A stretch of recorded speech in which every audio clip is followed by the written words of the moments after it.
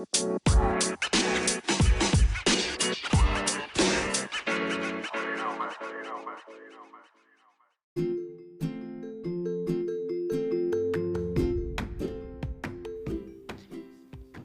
friends, it's a wonderful day having you guys once again around with us.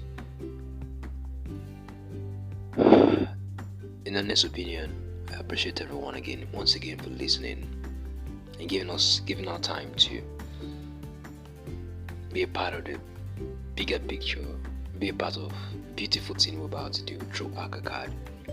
And with every theme around with us, with every person who's wanting to make a change in Africa. So I appreciate you once again for being around. Thank you. This comes from my heart. I really appreciate it. Now here we're still back in the season of season one, we're trying to consider the realities in making things work. Yeah, we're going to be considering the intangible things that contribute to making things work in Africa. What I'm talking about is creativity. Not creativity in the physical right now, but creativity from within. Innovation from within, first of all, because we have to lay the foundation first before we can move to birthing whatever thing we've got inside our minds, inside ourselves, and also the broader sense of creativity, innovation, and supporting every kind of innovative concept, Yeah. Now, when you consider Africa, I would say it's a wonderful place to be, first off. And we all, irrespective of where you're located, irrespective of where you're seated, irrespective of the region you are situated in, to have a perfect life, to have a perfect future, to have somewhere we can call home, to have somewhere we can be proud to be, we have to play a role. So in order to create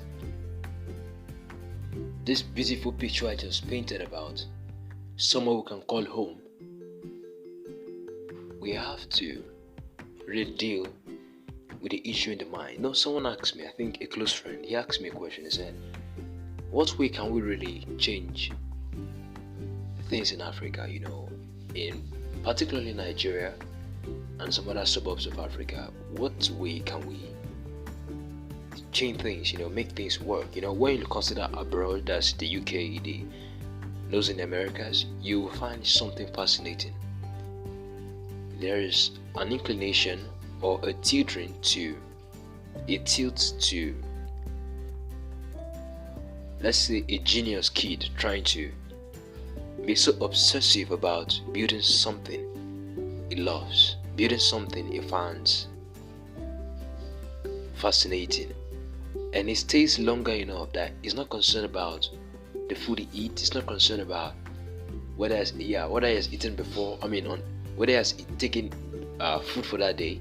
He's not really concerned. All he's concerned about is, how do I make this thing work? How, his obsession of that particular thing coming to life, or bringing to life his creativity, is on another level. And that's so when you consider Africa, the question was, how do we replicate something like that in Africa, whereby the focus is not just on what do we eat right now and we'll forget about tomorrow. What do we do right now? I would not consider the long term or the long term implication of what we're trying to do in the short term. So I think my cool answer to that question was, well, I first said the problem is it's from the foundation, from the upbringing, from the way the child was formed, from the series of experiences, from the series of encounters he's had with people, with environments, with situations around, And I think a couple of other things that are actually form the child to have a little inclination to something irrelevant in building a place we can call home, and to tweak that a little bit to make Africa what we want to be. My straight answer was probably we attack it from the intangible form. What I mean, from the mindset, we attack it from that perception, from that point of view.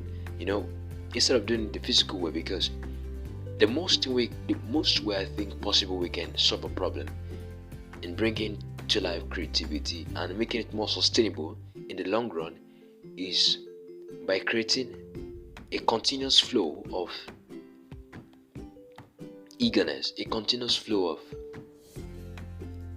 of enthusiasm. A continuous flow of I want to do this thing, and I'm not just doing this thing because of what I've heard people doing. I'm not just doing this thing because of what I've seen people do. I'm doing this thing because I'm really obsessed about the outcome. I'm really concerned about what it can turn out to be in the next coming years, in the next coming days, in the next coming moments. I'm really concerned about the outcomes of this action. And when we consider this very simple thing, creating eagerness, the available resources might not be there. That's a good way to start.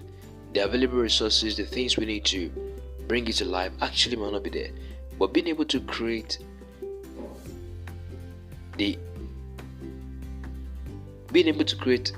way, being able to create a pathway, even though you don't have the shoes yet, being able to clear,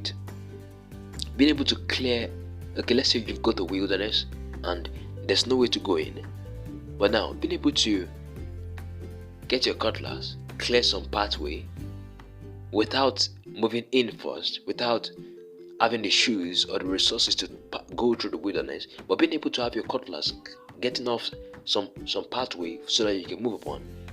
That's the first way to attack the problem. Coming from the mind perspective, you create eagerness. You meet some random kids on the street. Why on earth do we find random kids on the street, for God's sake? Everyone should be out there doing something productive and useful. So you meet a random kid on the street and you're like, okay, do you know this could be possible if you could be in a picture? Do you know what can be done? What possible things you can achieve if you are actively doing something productive? Do you know the outcomes of that? Now, when you get into a discussion with a kid on that perspective, the kid begins to see a better part. He begins to see things possible that he never saw before. But once you give them the resources, with the initial understanding of how we spend stuff, how we vanquish resources, the kid don't think the right way. He doesn't think, okay, what possible way do I channel this resource in making something useful? It just goes straight up to burning the resource on the go. But if we can do a little fine tuning, it's kind of pretty hard to convince someone to change their mindset. It's kind of hard to convince anyone except that person's a child.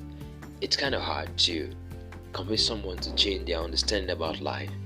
But if you can do it on a procedure, on a step-by-step basis, whereby from the simpler things to the most complex, you can walk them, or you can take them by your hands and you walk them through the whole process, and they know that you are with them and they are with you, and there's a two-way feedback in the process. I think we can really do stuff that can change a lot of things in Africa, from the mind perspective right through to the physical one, which is trying to give resources, which is trying to bring things to life. There's a lot we can do, but that's to boil down to how do we restrain, how do we restructure the mindset, how do we change things in a way that suits and conform to the future way picture of Africa. How do we set people in the right path? How do we give them, now without the tools they need, but the mindset, how do we create that functioning mindset continuously of making them to see that, hey man, this is possible if you want to see this happen. If you want to have a home called Africa whereby you're proud of it. Make people see that, I think, is one of the best thing we can do. And this is also a crucial part of the realities we're considering in being Africa. This is one of the realities. Creating the eagerness, creating the enthusiasm, giving them a foretaste of the possibilities inherent in this whole procedure. So yeah, this is a little thing though, or this is a tip of the iceberg. We're still going down the lane, but I just hope you get a concept of all I'm just trying to say. So yeah, thank you very much for listening. Thank you very much for staying true to this 10 or 11 plus minutes podcast. Thank you very, very much. I really appreciate it. We all appreciate you.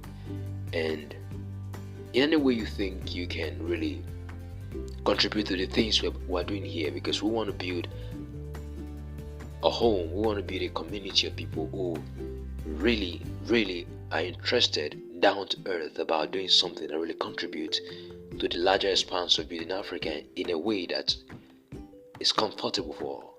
So if you're really interested about this concept, you can email us or you can join us through this podcast by liking, following, and something like that.